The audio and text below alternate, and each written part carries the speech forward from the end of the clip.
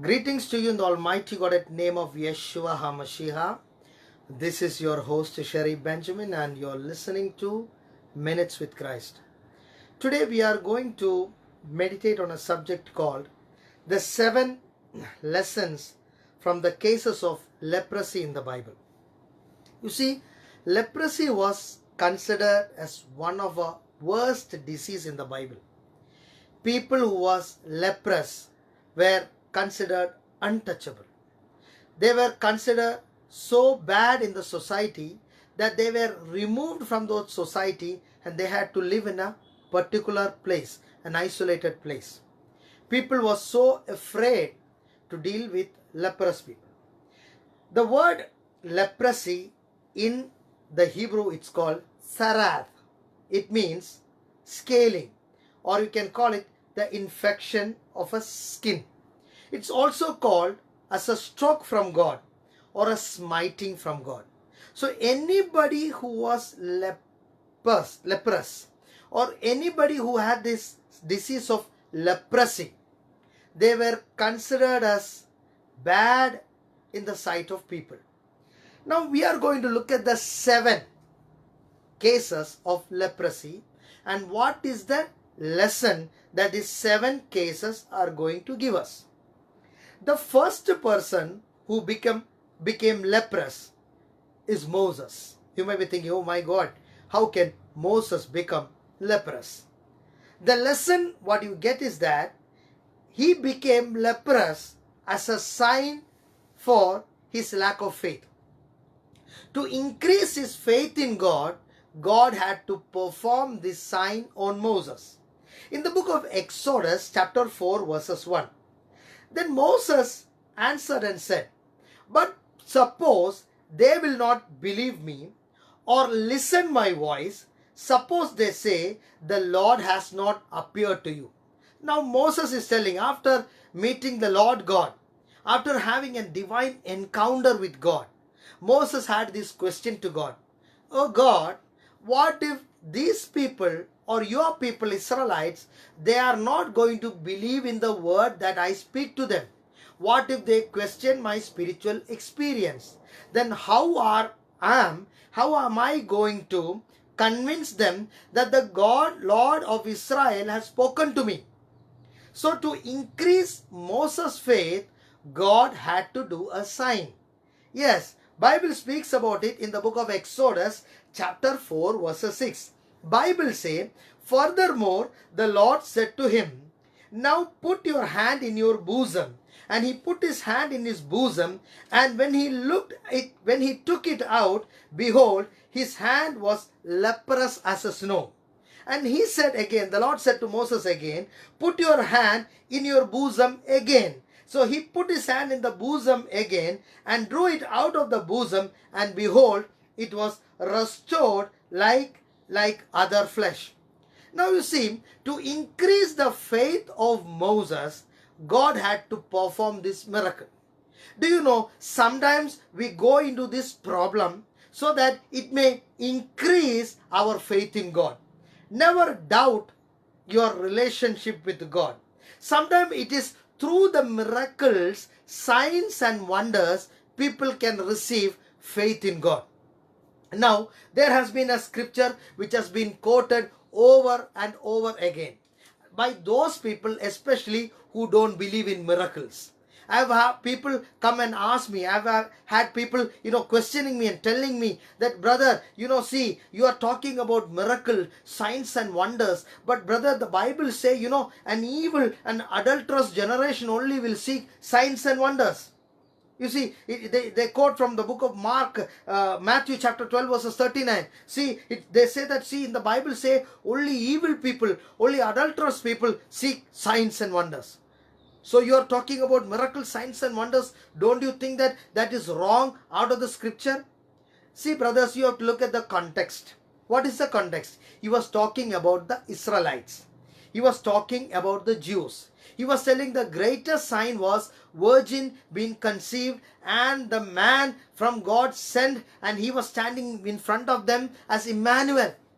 And they were still looking at the sign. The greatest sign was Yeshua himself standing in front of them. They couldn't believe the greatest sign from God, but they were seeking for lot of other small signs. So to them only, Yeshua said that an adulterous generation is speaking about the Jewish people that time. The Pharisees and the Sadducees who were ignoring the presence of Yeshua and looking for other signs. But to the Gentiles, it is not that. The Gentiles need miracles. The Gentiles need signs and wonders to believe in the Lord. In the book of John chapter 4:48, Yeshua said like this, and Jesus said to them, unless you people see signs and wonders, you will by no means believe. Look at Moses. Moses was telling, Lord, the people are not going to believe. So God had to perform a miracle, the miracle of leprosy. He converted, or he caused leprosy to come to the hand of Moses.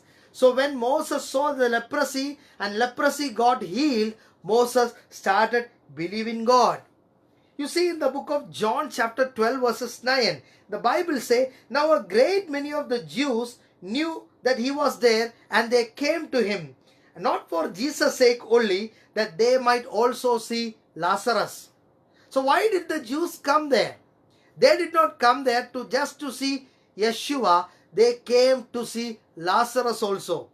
When they saw that Lazarus was dead and he rose up on the fourth day because of Yeshua HaMashiach, they not only want to see Jesus, they also wanted to see Lazarus. And what does it happen? The Bible say, verses 12, John chapter 12 verses 11, Bible say, and because on the account of him, who? Lazarus, many of the Jews went away and believed in Yeshua.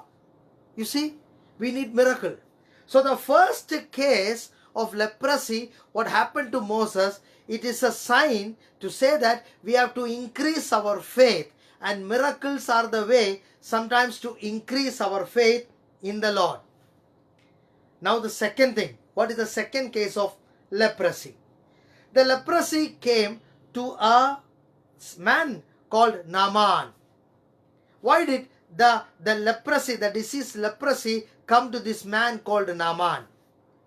It is to show the frailty of men. First I told you, leprosy came to increase the faith of man in God. Here, leprosy came to show the frailty of men. Why? We are nothing. People who are big, people who are, considered as powerful in the society, they are brought down with a small disease. They die of cancer. They kill themselves. Even though they have a big name in the society, even though they are big shots in the society, yet they are frail. They are just children of the circumstances. They cannot stand before problems. No wonder some commit suicide.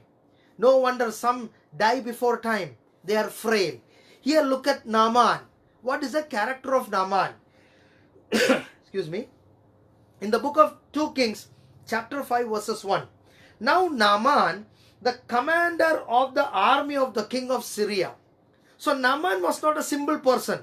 He was a commander in the army of Syria. That means he was a great man. Bible say, and an honorable man in the eyes of the master. Because of him, the Lord has given victory. So he was not a simple man. He used to win every war. And Bible say he was also a mighty man of valor. He was a very bold man. But the end it say that, but a leper. A leper. So Naaman was a mighty man, a man of valor, a man had everything, but he couldn't stand before the society because he was a leper. Because of his leprosy, he couldn't stand in the presence of the society. So what happened? Naaman had to seek his solution. So you see, even though people are so mighty, people are powerful in the society, we need to have the grace of God. This Naaman had to come to a servant of God called Elisha. And what did? Naaman came with all his ego, with all his grandeur, with all his majesty. He came and stood before Elijah. You see, Sometimes your majesty, your ego, and your grandeur will never bring results from God. Many people are not delivered because they are egoistic. Many people are not delivered because they are not willing to come down. They are not ready to accept their mistake. They want everything to be done in their way. That was also Naaman's man. He wanted to have healing in his way, in his plan, in his way of receiving the healing. So here you see the man of valor, the great commander of the Syrian army, standing before the man of God, Elijah. And what he is telling? In the book of 2 Kings chapter 5 verses 10. Elijah looked at Naaman and told, "Go and wash in Jordan 7 times, and your flesh will be restored to you, and you shall be clean." Imagine what the prophet was telling. Go and wash, take a bath, take a dip 7 times and come. Verses 11, 2 Kings chapter 5 verses 11. But Naaman was furious. Why he was furious? Because Naaman was thinking, because he was the general or the commander, a man of valor in the king's army, Elisha is going to do some other things. He is going to take care of Naaman in a special way. So Naaman, Bible says, Naaman was furious and went away and said, "Indeed, I said to myself, he will come out to me." So Naaman was expecting Elijah to come out to him, meet him, shake hands with him, and stand and call the name of his God and wave his hand over the place and heal the leprosy. Imagine this man, this egoistic man, the man of great valor. He wanted to control the man of God and also the God of Israel. You see that? You cannot control the power of God. You cannot control the man of God who is under the control of the power of God. You cannot buy men of God by your money. You cannot buy true men of God who are under the spirit control with your money. You cannot influence a man of God under the spirit of God with your grandeur, with your ego, with your kind of thought pattern. You cannot bring down a man of God to your knees who is under the spirit of God according to your way. No, you cannot do it. Here he was telling, I was thinking that this prophet Elijah is going to come and what? He's going to do these things and that things. So he became very furious. He went without his deliverance. Then Bible say, one of his advisors came and told him, "See, please do what the prophet said." So Naaman, bringing out all his ego, throwing it out because he wanted healing desperately. Because he came there for his divine healing. So he was so desperate for healing. So throwing away all his egos. Brother, sister, don't go to the presence of God with your ego, with your hard-heartedness. You cannot be corrected. You cannot receive it. When somebody is telling you, if the scripture is telling you about your sins, your mistake, you have to submit to it and you have to obey the will of God. Otherwise, you won't have the deliverance. Thank God this Naaman, he decided to throw away all his ego. He went and Bible say he dipped in the rivers of Jordan and 7 times. Bible say his skin became new. Now he is coming back to the prophet and he's telling, "Now, see, prophet of God, I want to give you a reward. I want to support you." 2 Kings chapter 5 verse 16. What did the prophet say? He said, "As the Lord lives before whom I stand, I will receive nothing." He urged him to take it, but he refused. My question, the prophet gave this healing freely. But after the healing, the prophet denied receiving any blessing from Naaman. Do you know why? The reason is simple. Because Elisha was a prophet. He knew the heart of Naaman. He knew that even though Haman would stay faithful to God, even though Haman was healed of God, Haman is not going to be 100% loyal. You know why? Because you read in the book of 2 Kings chapter 5 verses 18 and 19, Haman comes with a a very, what you call, a different kind of request. An extraordinary, or you can say a very out of the way kind of request. Now what is Naaman saying? You can read in the book of 2 Kings chapter 5 verses 18.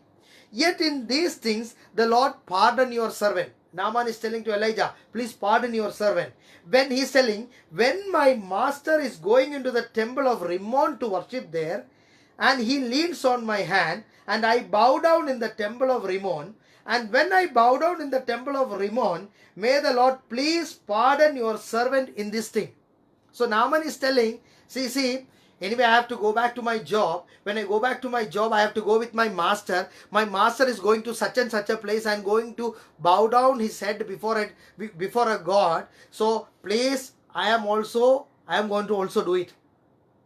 So Naaman was telling, here I believe in the Lord God of Israel, but please give me an excuse to worship there also.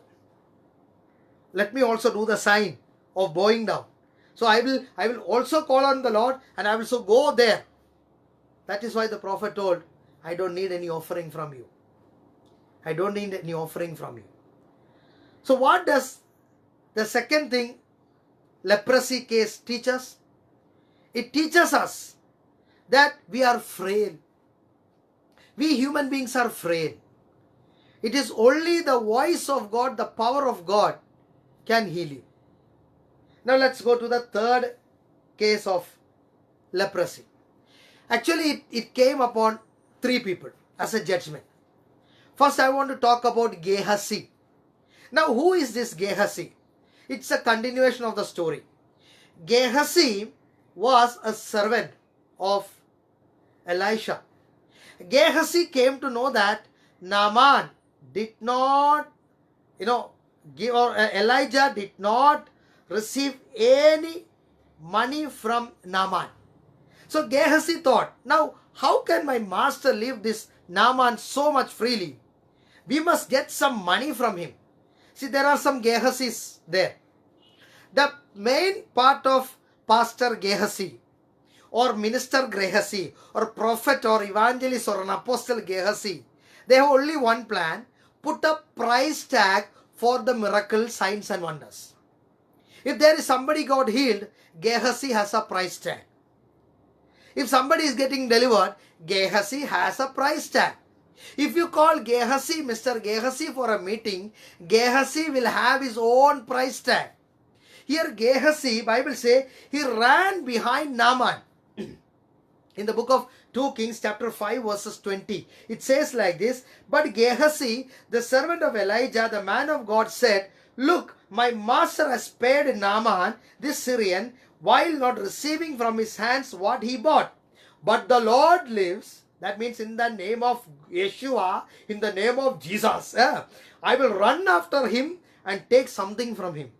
There are pastors, there are ministers running after to take money because something happened to them.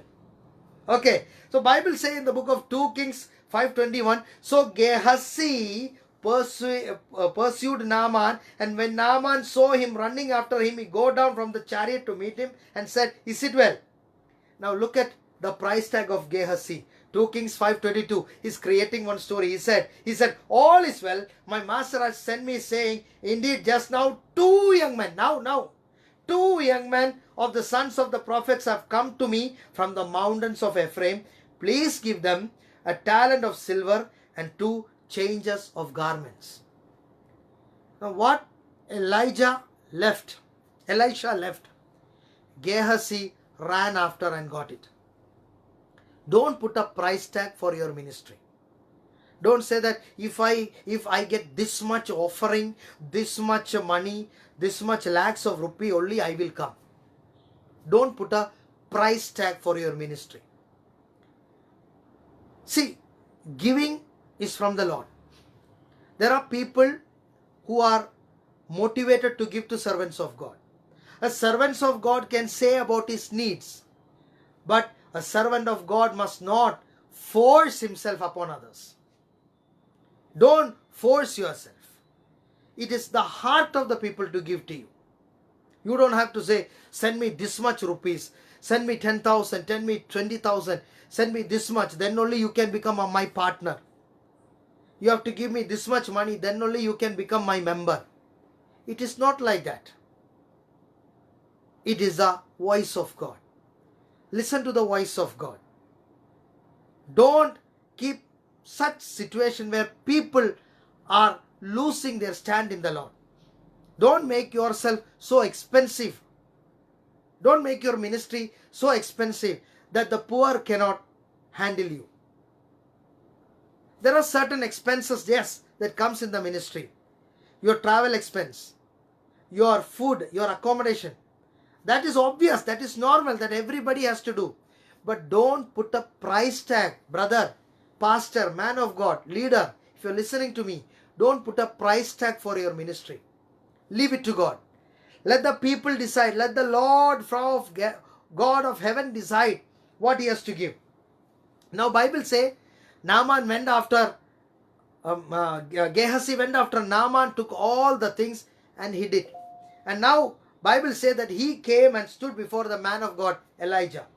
Now what did Elisha say? And it said to them, 2 Kings chapter 5 verses 26 and 27, I'm reading.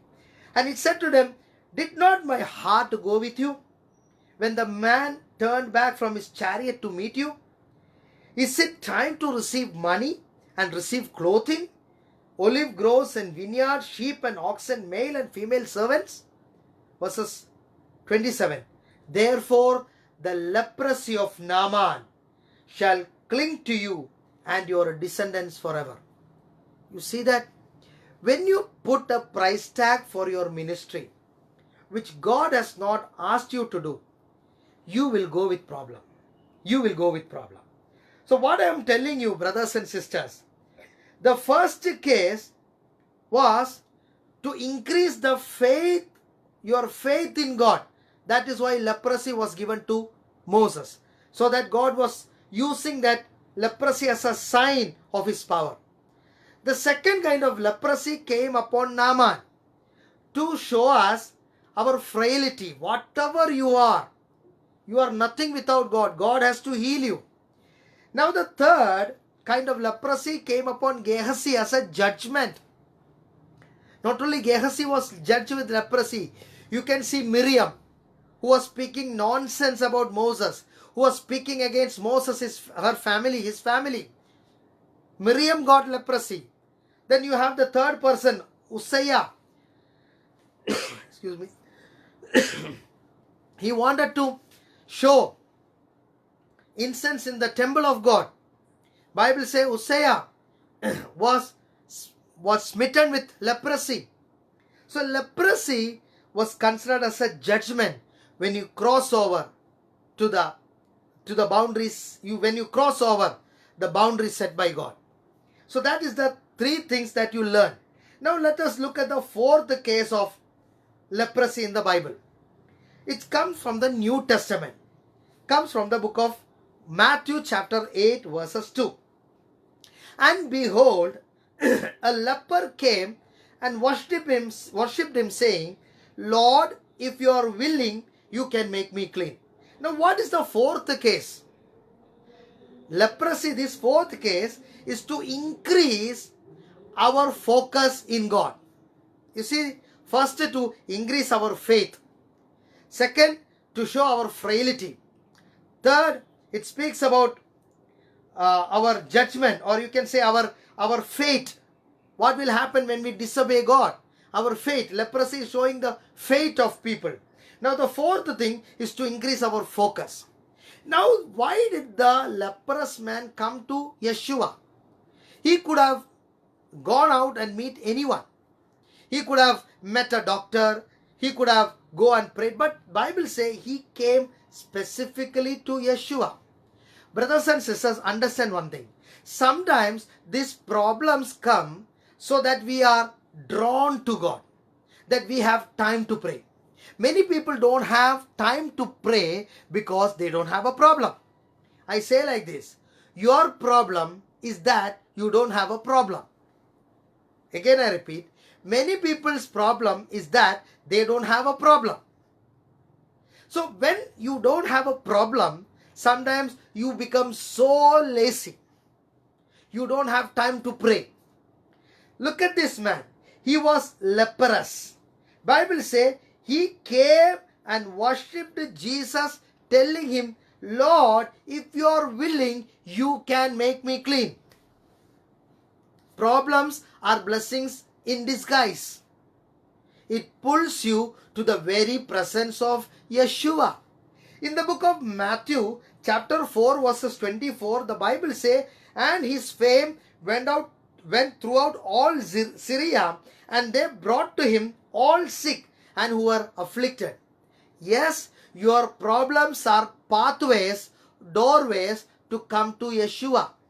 Thank God, this leprosy man, the man who was leprous, he found his leprosy as a way, as an opportunity and a chance to come to Yeshua. Your problems open doors for you to go and meet the Lord. Yes, leprosy was a blessing to this man so that he could become a worshipper of Yeshua. Now let us look at the fifth case of leprosy. The fifth case of leprosy. It is written in the book of Matthew, chapter 26, verses 6. Bible says, when Jesus was in Bethany, at the house of Simon the leper. Come on.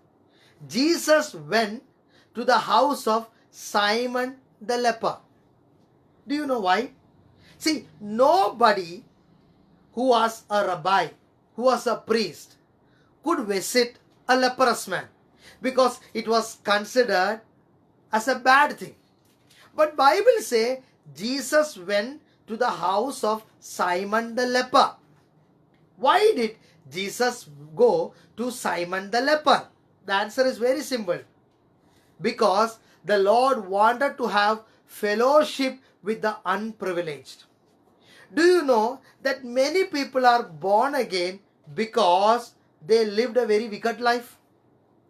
Many of the righteous people have not known God. Many of the what you call holy religious people, they think that they are righteous in themselves and they don't worship God enough.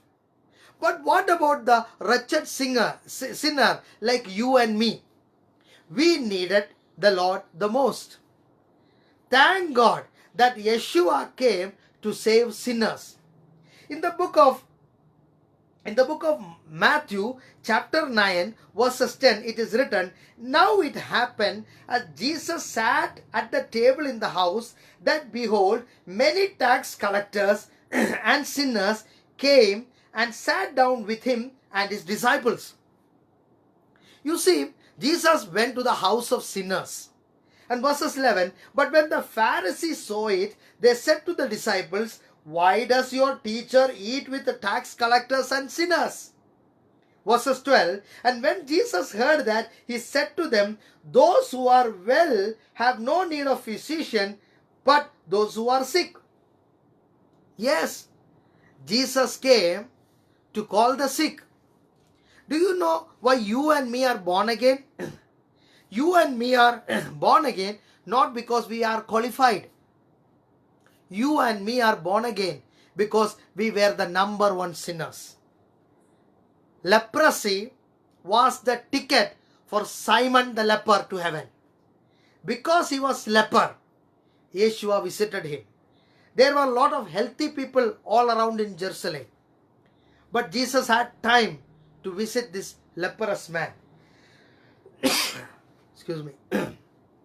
So Jesus always had time to meet people who were sinners, who were downtrodden, who were cast out from the society. So our qualification to become a born-again Christian is that we were not qualified. We were not qualified.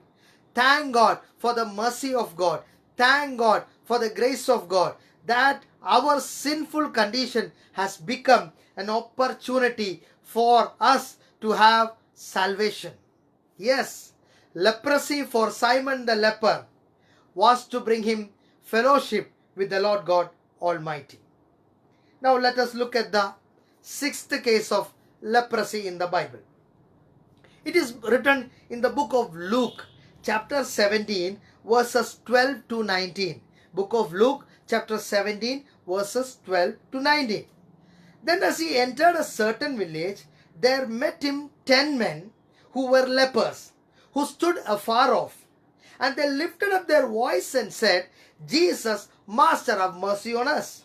And when he saw them, he said, Go and show yourself to the priest. So it was as they went, they were cleansed. Now comes the point. And one of them, when he saw he was healed, returned and with a loud voice glorified God, and fell down at his feet, giving him thanks, and he was a Samaritan. And Jesus said to them, Where there were not 10 cleansed, where are the 9? You see, there were 10 people. 10 of them got healed. Only one returned. What does it show? The leprosy showed the faithfulness of men. The faithfulness of men. You see, there are only very few people.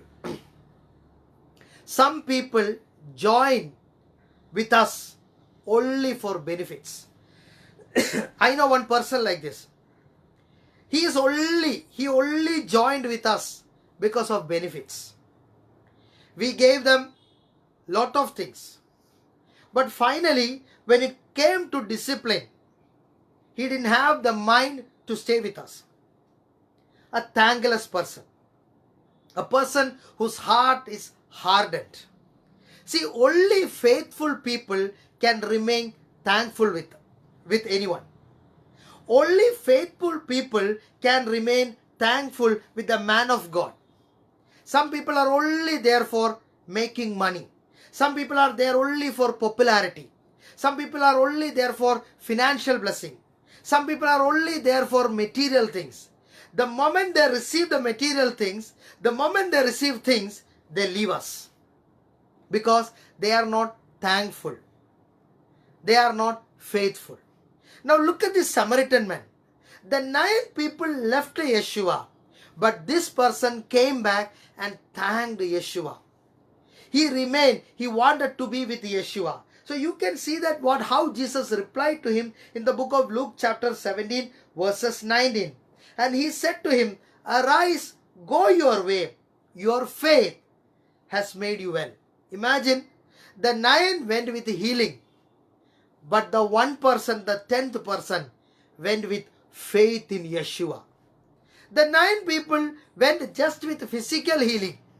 But the 10th person who was faithful enough, thankful enough, and come and say thank you to Yeshua, went with a spiritual faith in Yeshua.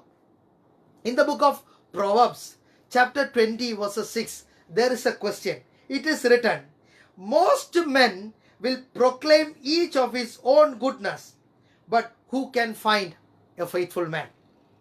This is very important. It is very difficult sometimes to find faithful people. Faithful people in your ministry. Faithful people to be associated with you. In the book of 2 Timothy chapter 2 verses 2, Paul is writing to Timothy about the kind of people that he must choose and put in the ministry. 2 Timothy chapter 2 verses 2. And these things you have heard from me among many witnesses. Commit these to faithful men who are able to teach others also. He is telling Timothy, when you are doing ministry, commit things to faithful men only. You see, faithful men will be thankful men. Faithful men will be with you. Faithful men won't leave you. Faithful men will be with you through thick and thin. Faithful men will be with you under any condition. They know they are thankful to God. Now the last thing, the 7th case of leprosy. What does it show us? It reveals the favor of God on men. You see, when Jesus Christ came to the world, Bible speaks about the disciples of John the Baptist coming to Yeshua. They asked this question to Yeshua. It is written in the book of Luke chapter 7 verses 20 to 22. And when the men had come to him, they said, John the Baptist has sent us to you, saying, Are you the coming one, or do we have to look for another? And that very hour, what did Yeshua do? He cured many infirmities, affliction, and evil spirits, and many blind he gave them sight. And what did Yeshua say? Verses 22, and Jesus answers and said to them, go and tell John these things that you have heard, and what you have seen, that the blind see, the lame walk, the lepers are cleansed. You see that? To show the favor of God, to show the sign of Messiah, that he has the one who has come down because of love, Bible say he healed the lepers. The sign of healing the lepers was the sign of God's compassion towards man. It was sign of God's favor towards men. Bible speaks about Jesus calling the 12. You can read in the book of Matthew chapter 10 verses 5 to 8. Then Jesus sent out the 12 and commanded, saying, do not go into the way of the Gentiles, do not enter the city of Samaritan. Verses 8 you can read, it said, Jesus said like this, heal the sick, cleanse the lepers. Why did Jesus say, heal the sick, cleanse the lepers? It was showing the heart of God.